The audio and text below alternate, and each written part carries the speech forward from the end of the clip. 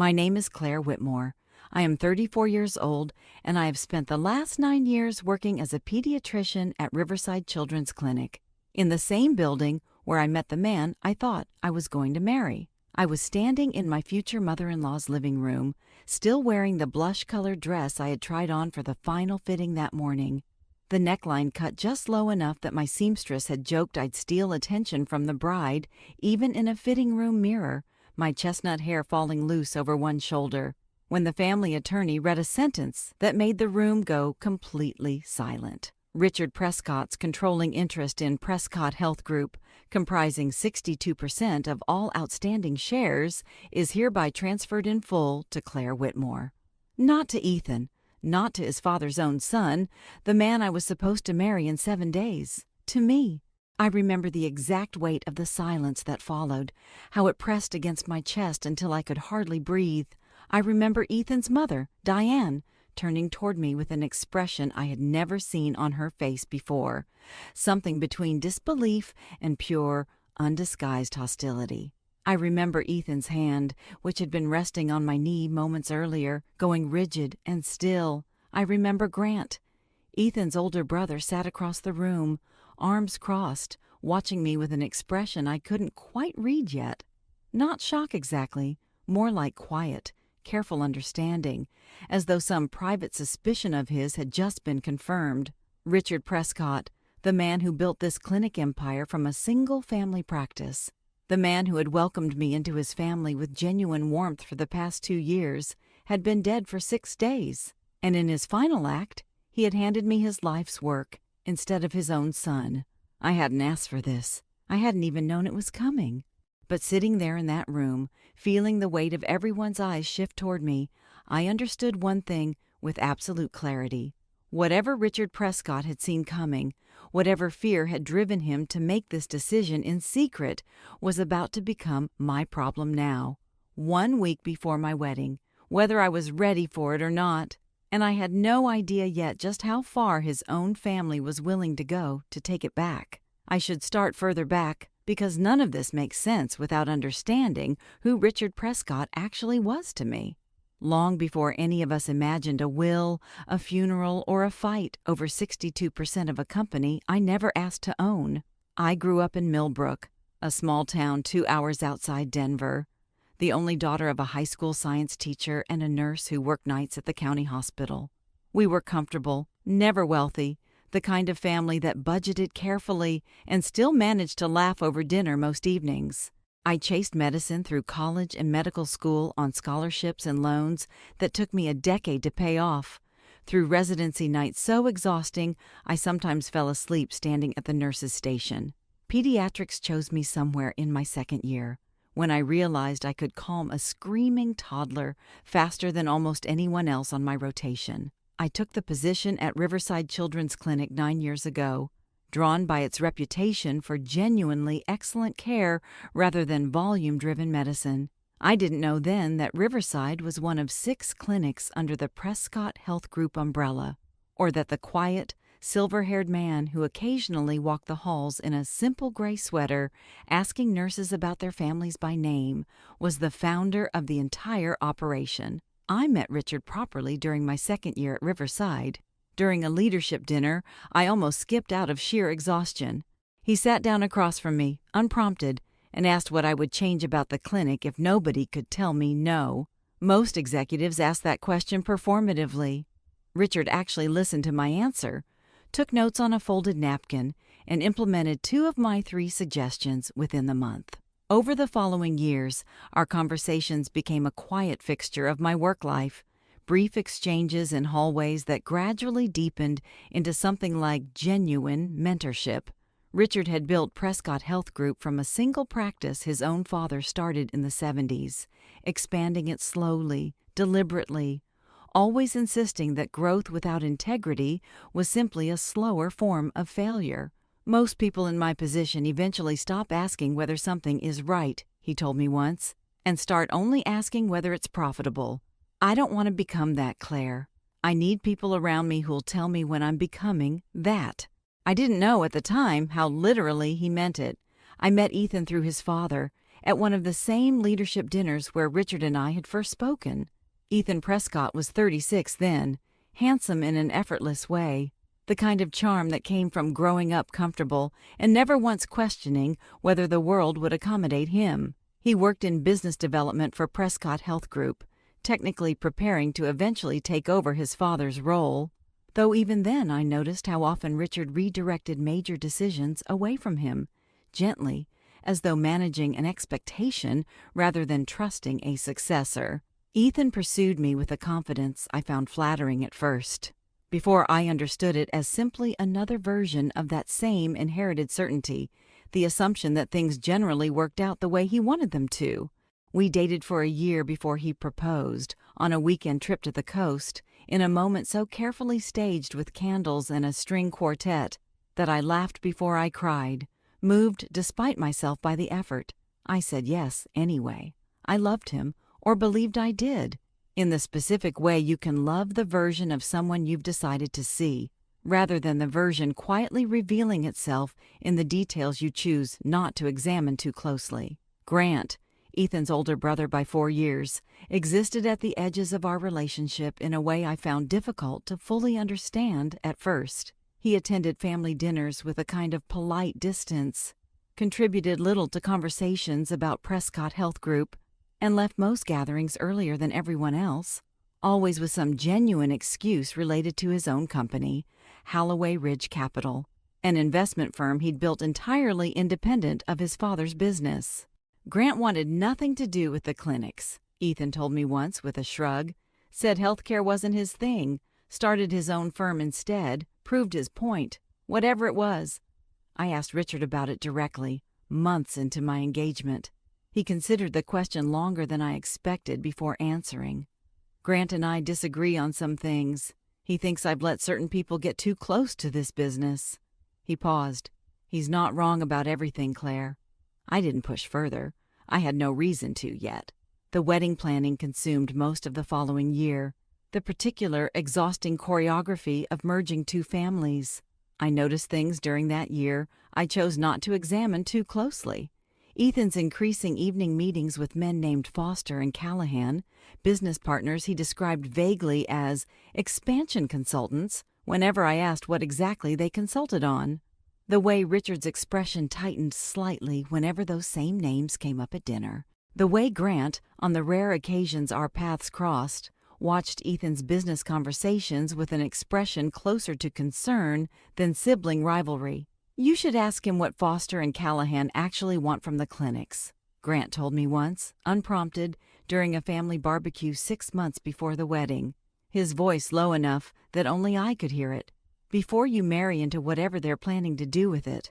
I did ask eventually, that same week. Ethan's answer was smooth, reassuring, entirely unsatisfying in a way I couldn't quite articulate at the time.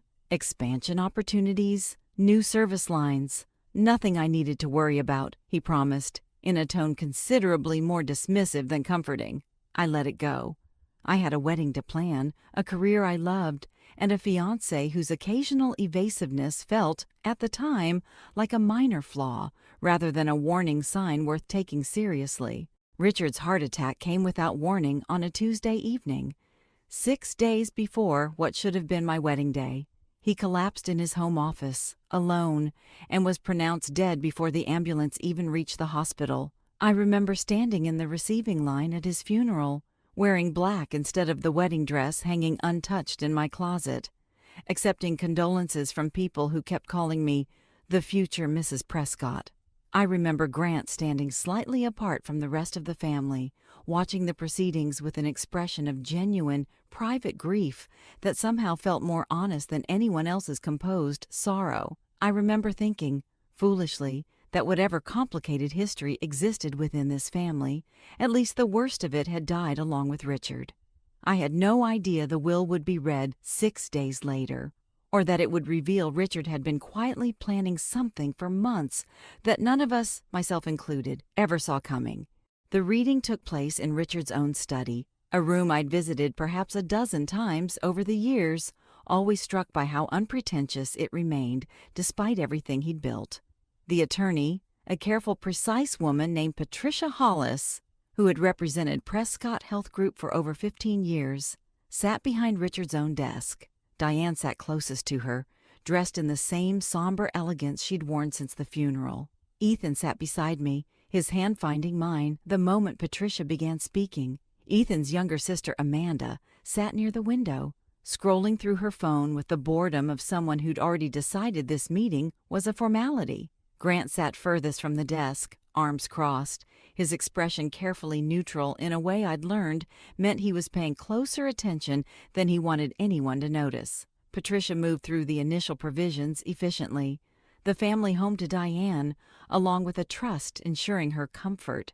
Personal items distributed according to Richard's wishes, including several pieces of art to Amanda and a collection of vintage watches to Grant, a detail that made Ethan's jaw tighten almost imperceptibly. Then Patricia paused, glancing briefly toward the door, as though bracing herself, before continuing. "Regarding Prescott Health Group," she said, "Richard's controlling interest, comprising 62% of all outstanding shares, is hereby transferred in full to Claire Whitmore, effective immediately upon confirmation of his death." The silence that followed felt physical, something I could have reached out and touched. "I'm sorry," Diane said finally, her voice tight, controlled in a way that somehow felt more alarming than shouting would have.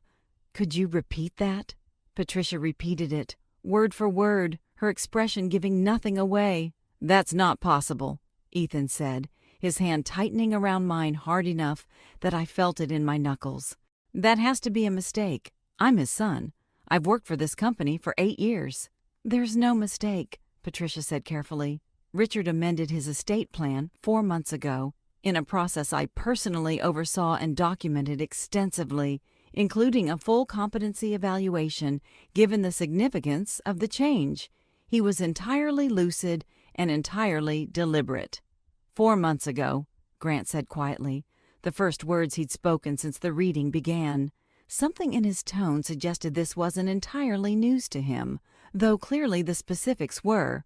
Patricia nodded and slid a sealed envelope across the desk toward me, my name written across the front in Richard's familiar handwriting. He left a letter as well, to be delivered only if this provision took effect.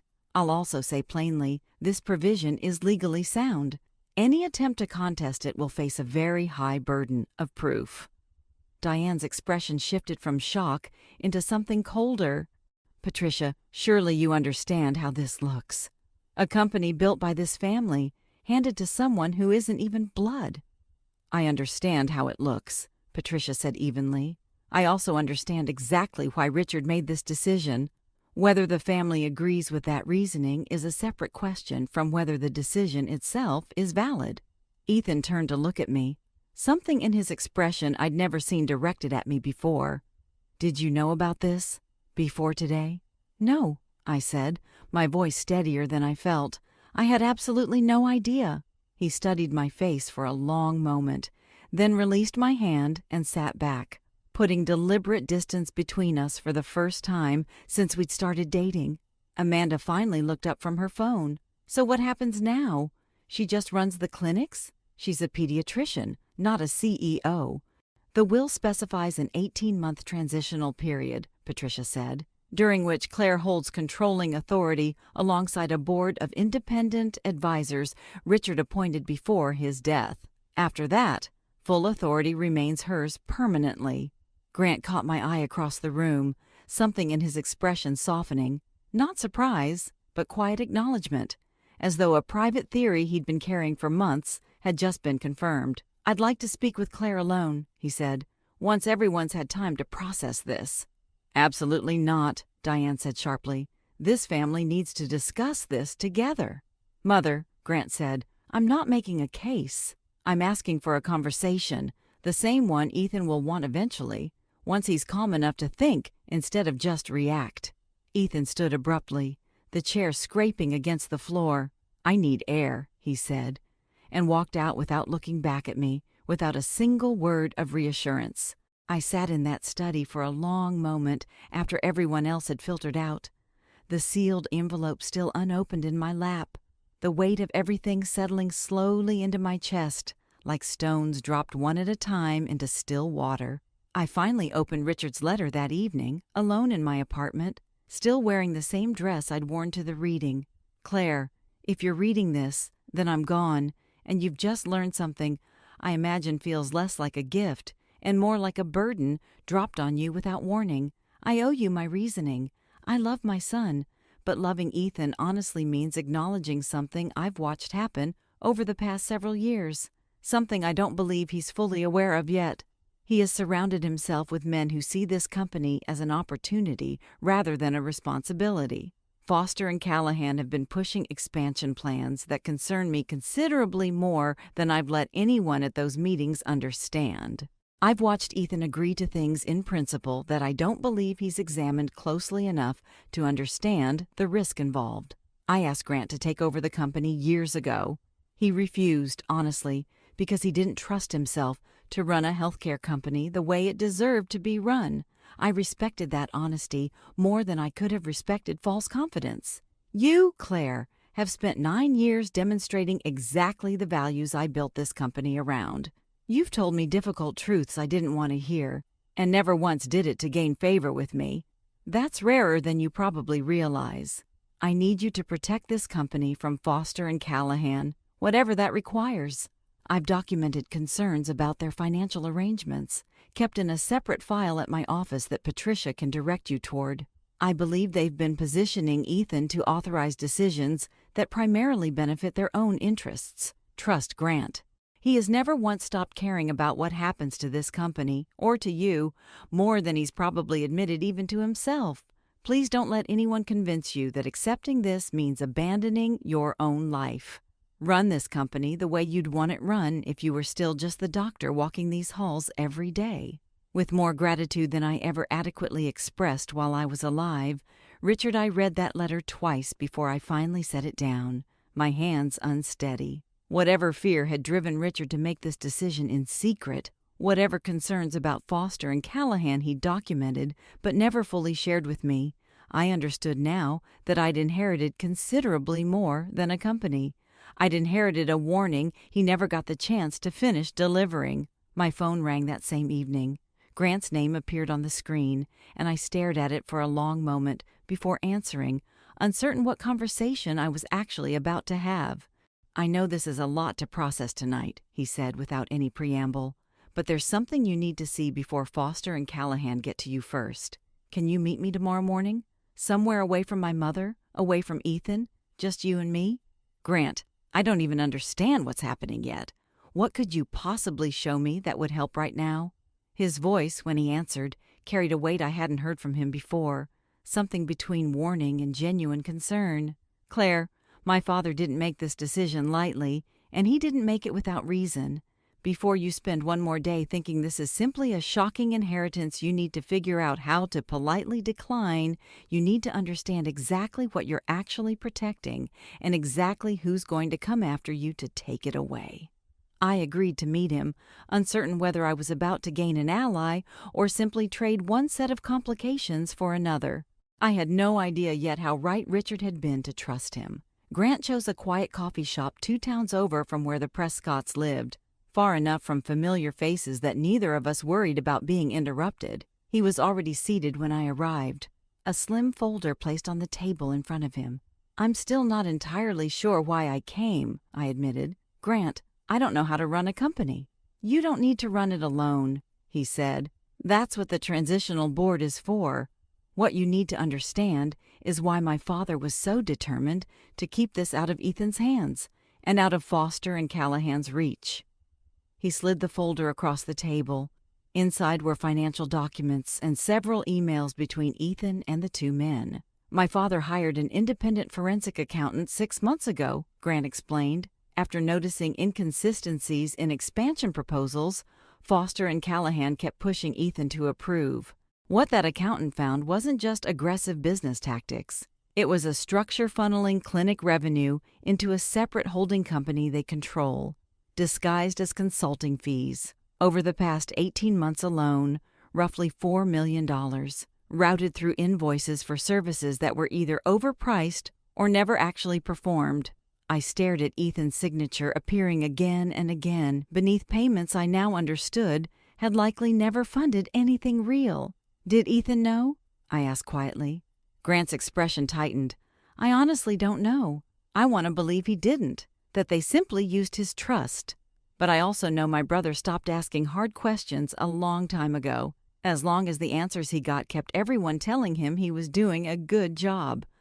My father held out hope right until he died that Ethan would come to him with concerns on his own. He paused. He never did. So what happens now that I hold controlling interest? They just accept their access is gone? They won't accept anything quietly, Grant said. Men who've been stealing $4 million don't simply walk away. They're going to test you, Claire, probably soon, to see whether you understand what you're protecting or whether you're an easy target. And you're telling me this because? Grant met my eyes directly. Because my father trusted you with this for good reason. And I'm not willing to watch my family's legacy get stripped down by men who see healthcare as a revenue stream. I never said I wouldn't help protect it, especially now that it belongs to someone who actually deserves to run it honestly. Something in his voice carried more than professional concern, though neither of us acknowledged it directly yet. The confrontation Grant warned me about arrived faster than either of us expected. 3 days later, I received a call from Foster requesting an urgent meeting at the clinic's main office, framed as a routine transition conversation. I agreed, Grant's documentation now firmly in my possession as leverage. Foster and Callahan arrived together, dressed in expensive suits that projected confidence rather than substance. Ethan arrived separately, his expression carefully neutral, as though he'd been coached beforehand. Claire, Foster began, settling into the chair across from my desk. We understand this transition is unexpected, and we want you to know we're fully prepared to support you through it. Our proposal is simple. We continue managing operational and financial strategy exactly as we have been, while you focus on clinical protocols, the parts of this business where your expertise genuinely adds value. And the parts where you believe my expertise doesn't add value, I said. Those would be the parts involving several $1 million in consulting fees for services that don't appear to have actually been performed. The room went very quiet. Ethan's expression shifted from neutrality into visible alarm. I don't know what you're referring to, Foster said, his tone still smooth, though something tighter had entered his voice. I think you know exactly what I'm referring to, I said, sliding a single printed page across the desk. Richard commissioned an independent forensic review 6 months ago. I have his findings, and I have no intention of continuing any arrangement that resembles what's documented in them. Whatever role you believed you'd secured through Ethan, that role no longer exists under my ownership. Ethan spoke, his voice carrying a note of desperation. Claire, please, can we discuss this without turning it into an accusation? I hope there's an explanation, I said honestly. But this isn't a negotiation. Prescott Health Group will not continue funding whatever arrangement this was. Foster stood abruptly, his composure cracking into something colder. You're making a serious mistake, Claire. This company has obligations already in motion. Then perhaps, I said, standing as well, we should continue this formally, with actual auditors present. Foster and Callahan left shortly after, exchanging a look that told me clearly this was far from finished. Ethan lingered near the door. I need you to know I had no idea any of this was happening. I trusted them completely. I want to believe that, Ethan, I said, but I can't have you standing next to men who might be working against everything your father built. If you didn't know, prove it. Help me instead of standing quietly beside them. He didn't answer, and the silence told me more than any response could have. 2 days later, I received an anonymous message on my personal phone, a number I didn't recognize, warning me in vague but unmistakably threatening language that continuing to interfere with existing business arrangements would have serious consequences, not just for the company, but personally. I called Grant immediately, my hands unsteady in a way that had nothing to do with the late hour. They're threatening me, I said, reading him the message. Grant, what exactly are we dealing with here? His response carried none of the reassurance I was hoping for. I need to make a call, he said. Claire, don't respond to that message, and don't meet with Foster or Callahan alone again, under any circumstances, not until I've had a chance to figure out exactly how deep this actually goes. I had no idea yet that Grant's next call would set into motion the exact confrontation that would finally end this entirely, or that it would arrive considerably faster and considerably more decisively than I ever expected. Grant called his old college friend, Marcus Halloway, the following morning, a conversation I only learned the details of afterward, though its consequences arrived within days. Marcus Halloway ran one of the most respected private investment firms on the East Coast, a man whose name alone commanded a particular kind of attention in financial circles, partly because of his considerable success, and partly because of a long-standing personal commitment to rooting out exactly the kind of fraud Foster and Callahan had been quietly running. Marcus had lost his own father to a similar scheme decades earlier, a betrayal by a trusted business partner that had nearly destroyed his family's original company before Marcus rebuilt it into something considerably larger and more secure. "I've known Marcus since business school," Grant explained to me, the day after his call, sitting once again in the same quiet coffee shop where this had all started. "He's built relationships with federal financial crimes investigators over the years, partly through his own advocacy work after what happened to his father. When I told him what we found in my dad's forensic review, he didn't hesitate for a second." "What exactly did he say?" "He said this pattern, invoicing for phantom consulting services, routing money through a separate holding company, is exactly the kind of case federal investigators actively look for, because it's usually part of something larger." He offered to make a call to a contact at the FBI's Financial Crimes Division directly, someone he's worked alongside before on cases exactly like this one. I sat with that information for a long moment, the sheer speed and scale of what Grant had just set into motion settling slowly into my understanding. "You went straight to the FBI. Not just an internal audit, not lawyers first. Claire, these men threatened you directly. That's not a business dispute anymore. That's a genuine risk to your safety, on top of everything they've already stolen. My father spent 6 months building a careful, quiet case. I don't think we have 6 months anymore." Marcus agreed.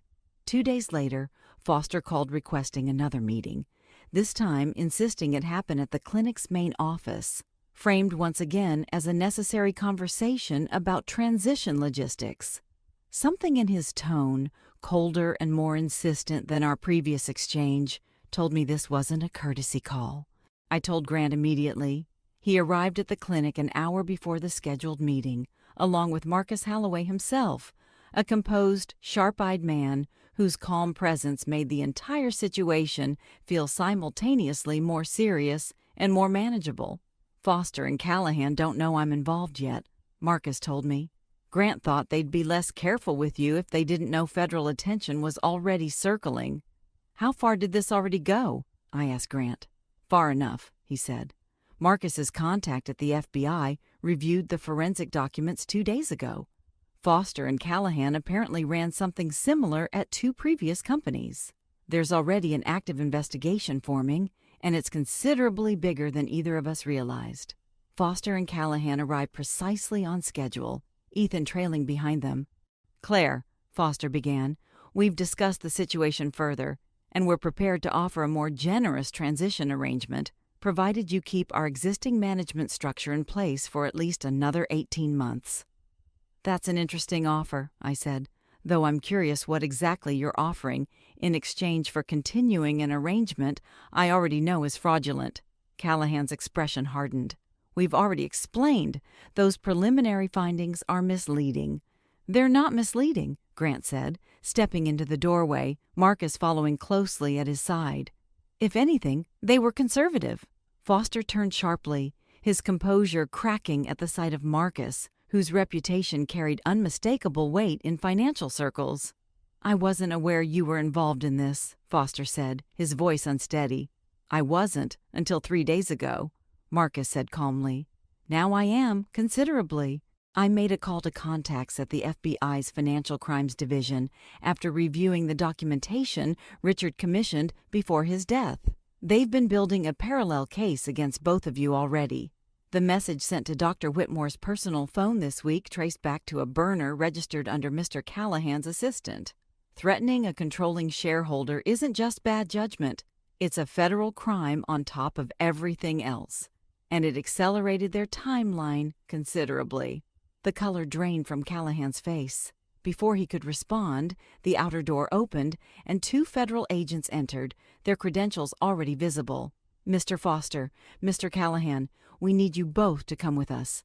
We have questions regarding financial activity connected to Prescott Health Group and 2 previous companies under similar investigation." Foster's composure shattered entirely. "This is insane. We haven't done anything that—" "You'll have the opportunity to explain your position formally," the agent said evenly. Ethan stood frozen near the doorway, his face pale, devastated in a way that told me clearly he hadn't understood the full scope of what he'd been enabling. "Mr. Prescott," the first agent said, turning toward him, "we'll need to speak with you as well, as a witness rather than a subject, given what we understand about your role."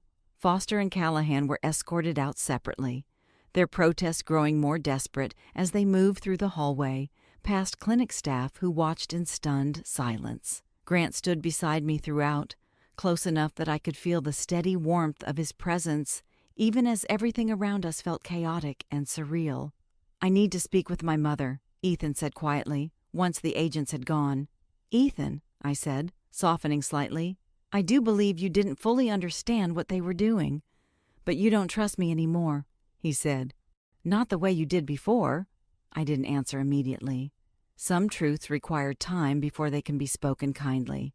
He left without waiting for my response, and I understood, watching him go, that whatever engagement we'd built had already ended, quietly, days before either of us had said so directly. The federal investigation moved forward methodically over the following months, confirming everything Richard's forensic accountant had originally uncovered, and considerably more.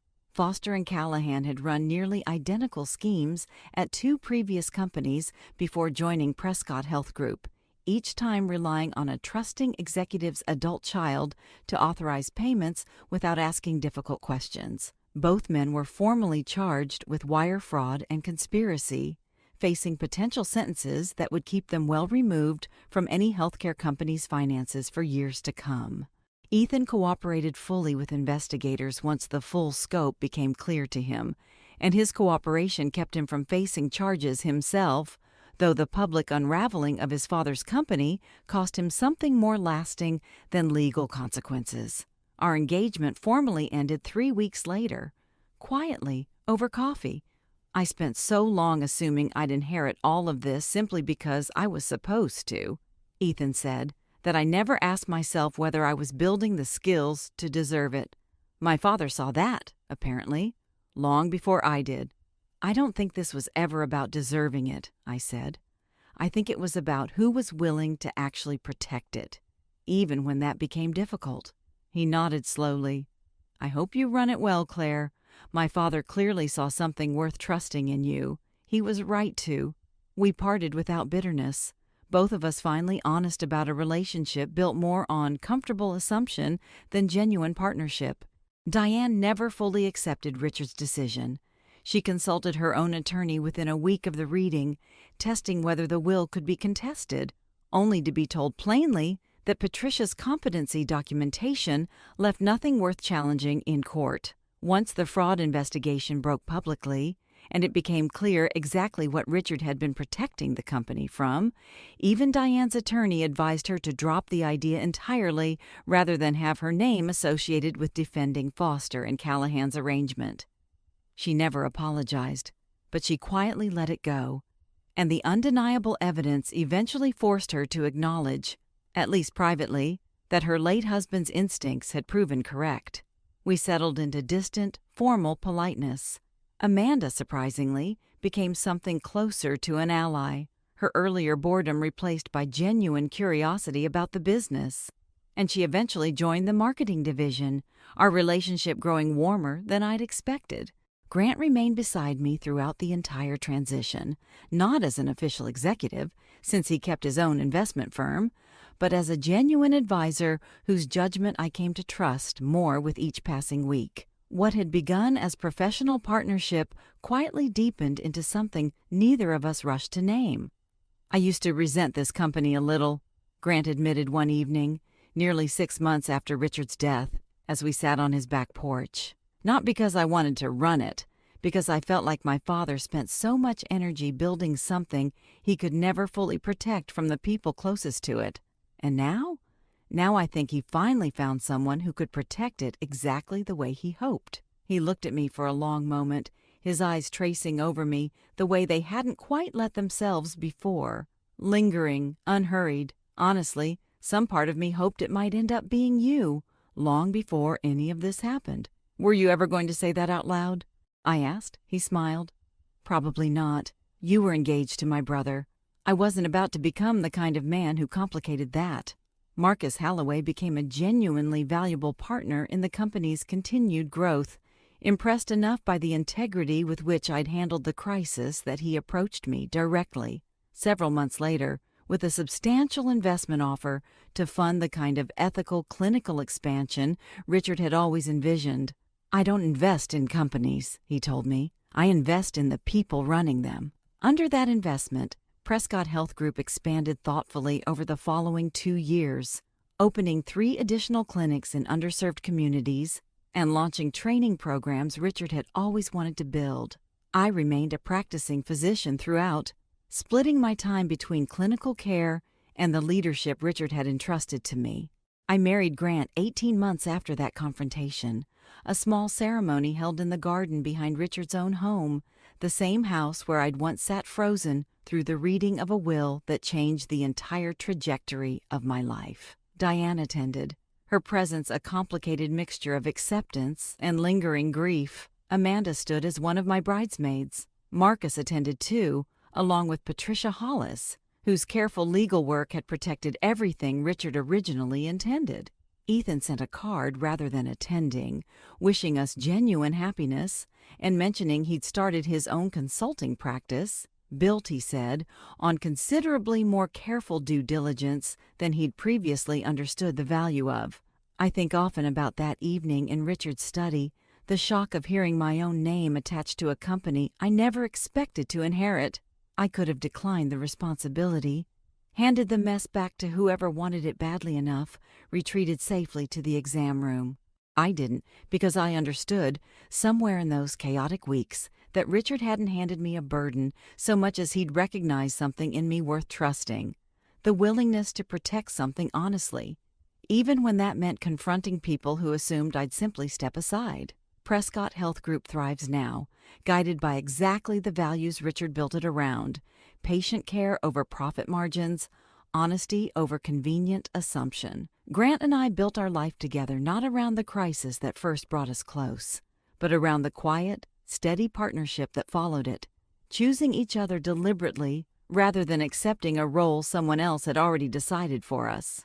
I own this company now, fully, honestly, standing beside a man who chose me not because anyone assigned him to, but because he recognized, long before I did, exactly what kind of partnership actually deserved protecting. That, more than any inheritance, feels like the truest legacy of the day. A will was read aloud in a quiet study, and an entire family's assumptions about who deserved to lead finally came apart. Thank you so much for watching. Drop a comment below, hit that subscribe button, and I'll see you in the next one.